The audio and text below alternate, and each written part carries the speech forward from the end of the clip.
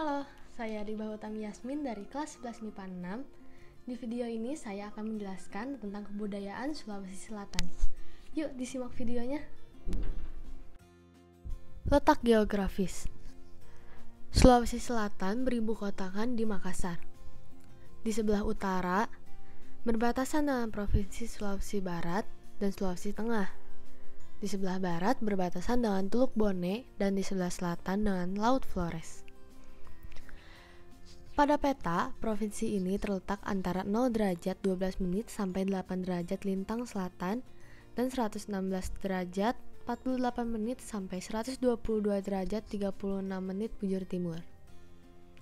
Provinsi ini terletak pada posisi yang sangat strategis karena berada pada persimpangan jalur lalu lintas penumpang, perdagangan barang, dan jasa dari kawasan barat Indonesia ke kawasan timur Indonesia.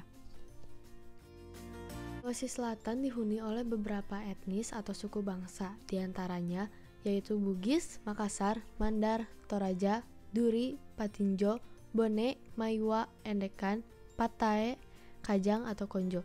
Dan yang paling dominan adalah suku Bugis 41,9%. Selanjutnya ada bahasa daerah. Untuk suku Bugis menggunakan bahasa Ugi. Untuk suku Makassar menggunakan bahasa daerah yaitu Mangasara. Kemudian untuk suku Toraja sendiri menggunakan bahasa Toraja, yang terdiri dari beberapa subbahasa. Alat musik. Yang pertama ada tolindo atau popondi. Alat musik ini terbuat dari bahan kayu berbentuk busur yang bertumpu pada tempurung kelapa utuh. Mayoritas masyarakat Bugis memberi nama dengan sebutan tolindo, sedangkan Makassar memberi nama dengan sebutan popondi. Dua, ada keso-keso. Alat musik ini mempunyai persamaan dengan alat musik rebab. Tetapi alat musik rebab memiliki 3-4 dawai, sedangkan keso-keso hanya memiliki 2 dawai saja. 3, ada gendang bulo. Alat musik ini dimainkan dengan cara dipukul. Bagi masyarakat Bugis, alat musik ini disebut dengan nama iyo kardo, sedangkan pada masyarakat Makassar menyebutnya gendang bulo. Selanjutnya ada tarian daerah. Yang pertama, tari Pakuru Sumange. Pakuru Sumange artinya memanggil sukma, bersimbol tentang kehidupan. Tarian ini berharap agar damai kehidupannya, tenang banyak rezekinya, diberkahi Tuhan. Pada umumnya, tarian ini dipentaskan sebagai tarian adat untuk menyambut tamu yang menggambarkan salam sejahtera bagi tamu yang datang dan tuan rumah serta memohon doa restu, lambang persahabatan dan keakraban. Ini adalah contoh dari tarian Pakuru Sumange. Disimak ya.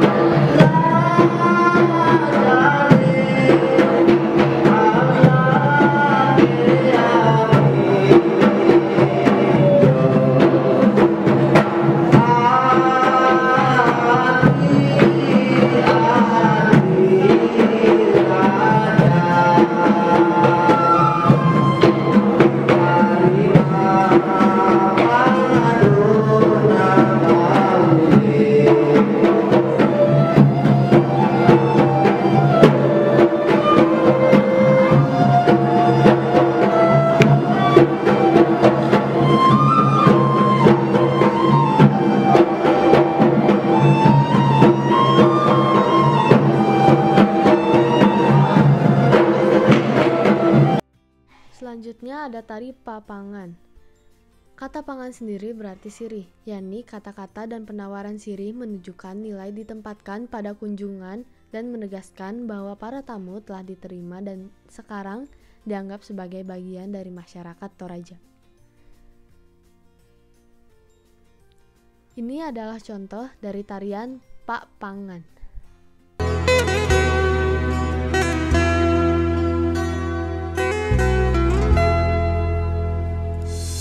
Itu buntu anan lombok kiolai membulewa saekan maturu-turu bentama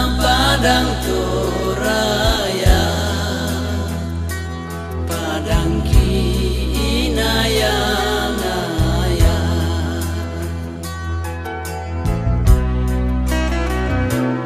udah susah ki olai. Selanjutnya ada rumah adat. Yang pertama, suku Makassar. Masyarakat Makassar menyebut rumah ini dengan sebutan bala. Berbentuk panggung yang tingginya 3 meter dari tanah.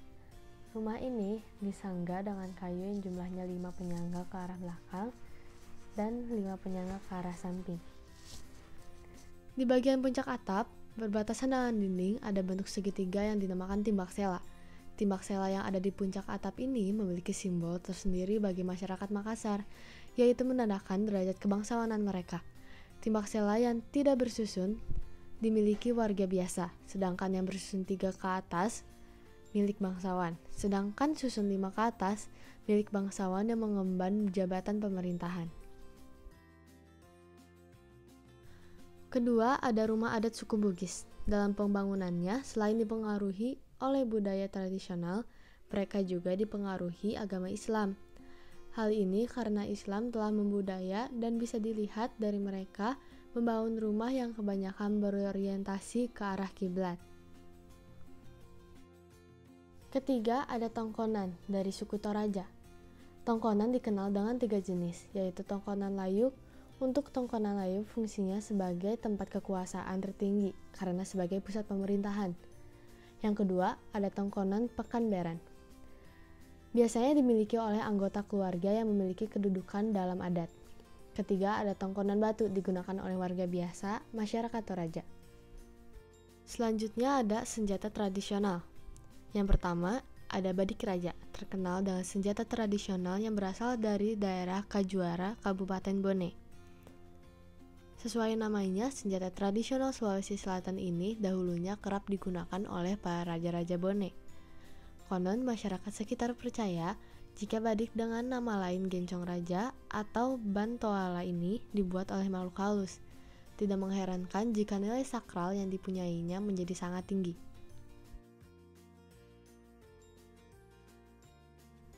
Yang kedua, ada badik Gencong. Badik ini katanya memiliki racun pada bilahnya. Sekali melukai, lawan tak akan butuh waktu lama untuk menghembuskan nafas terakhirnya. Karena hal itu, badik ini memiliki nilai kehormatan tersendiri dan digunakan untuk keperluan perang dan kejadian yang sifatnya mendesak. Yang ketiga namanya keris, dan dalam bahasa Bugis disebut kawali. Kabarnya, tiap kawali punya aura yang biasa disebut pamor.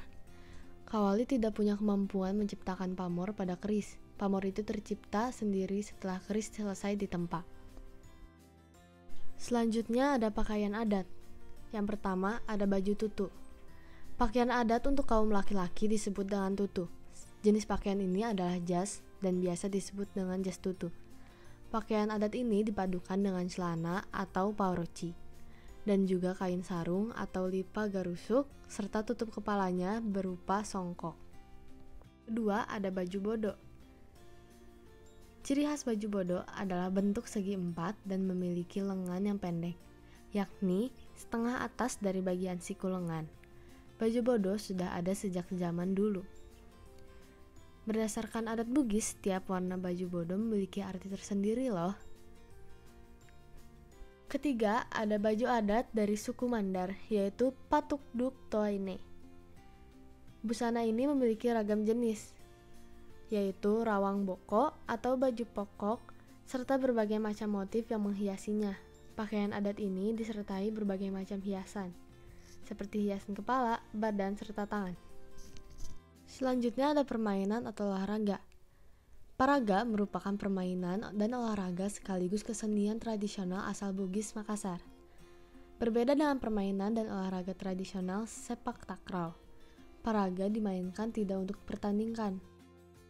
Selanjutnya ada kerajinan rakyat, mulai dari tenun sutra, perahu penisi, seni ukir Toraja, dan sebagainya.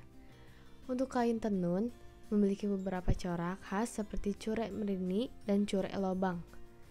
Kemudian untuk perahu penisinya dibuat tanpa menggunakan sketsa atau gambar, dan biasanya para pembuat perahu ini hanya mereka yang sudah secara turun-temurun mewarisi keahliannya.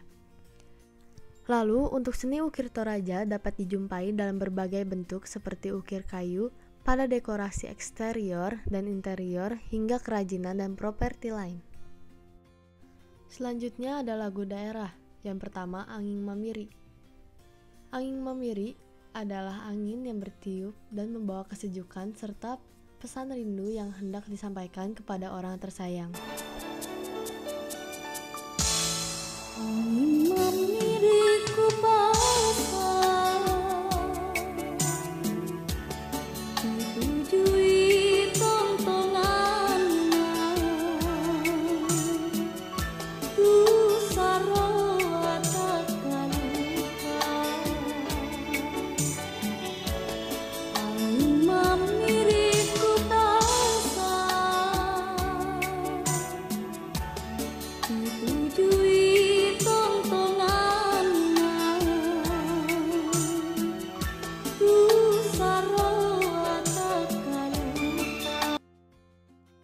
Yang kedua ada Hati Raja. Lagu ini memiliki makna yang sangat dalam mengenai ungkapan rasa syukur kepada Sang Pencipta. Tak hanya itu, lagu ini juga sekaligus memberi penegasan bahwa Tuhan itu esa atau satu.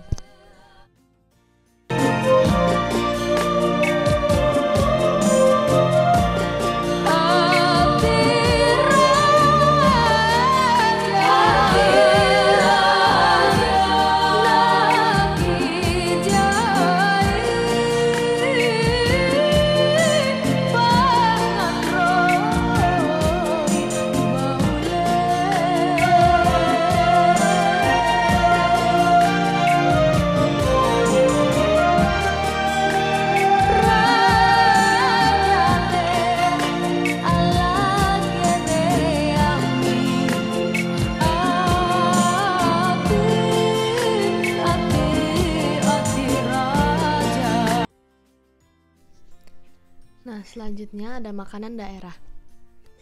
Yang pertama ada Coto Makassar. Coto Makassar adalah makanan yang berbahan dasar jeroan dan daging sapi. Bahan-bahan ini direbus dalam air yang dipakai untuk mencuci beras bersama dengan kacang tanah yang dihaluskan. Setelah itu ada tambahan bumbu-bumbu lainnya yang membuat cita rasa Coto Makassar ini semakin lezat.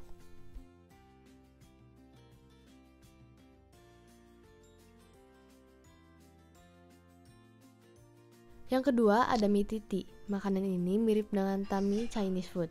Bahan utamanya adalah mie kering. Mie tersebut disiram dengan kuah kental mirip capcay dan diberi ayam, jamur, udang, cumi, sawi, telur, dan wortel. Terakhir ada kearifan lokal. Dalam kepercayaan asli masyarakat Tanah Toraja disebut Aluk Todolo. Kesadaran bahwa manusia hidup di bumi ini hanya untuk sementara. Sesuai mitos yang hidup di kalangan pemeluk kepercayaan ini, seseorang yang telah meninggal dunia pada akhirnya akan menuju ke suatu tempat yang disebut Puyo atau dunia arwah, tempat berkumpulnya semua roh. Letaknya di bagian selatan tempat tinggal manusia. Hanya saja, tidak setiap arwah atau roh yang meninggal itu dengan sendirinya bisa langsung masuk ke Puyo. Untuk sampai ke sana, perlu didahului upacara penguburan sesuai status sosial semasa ia hidup. Jika tidak diupacarakan atau upacara yang dilangsungkan tidak sempurna sesuai aluk atau ajaran dan tata cara peribadatan, yang bersangkutan tidak dapat mencapai Puyo, jiwanya akan tersesat.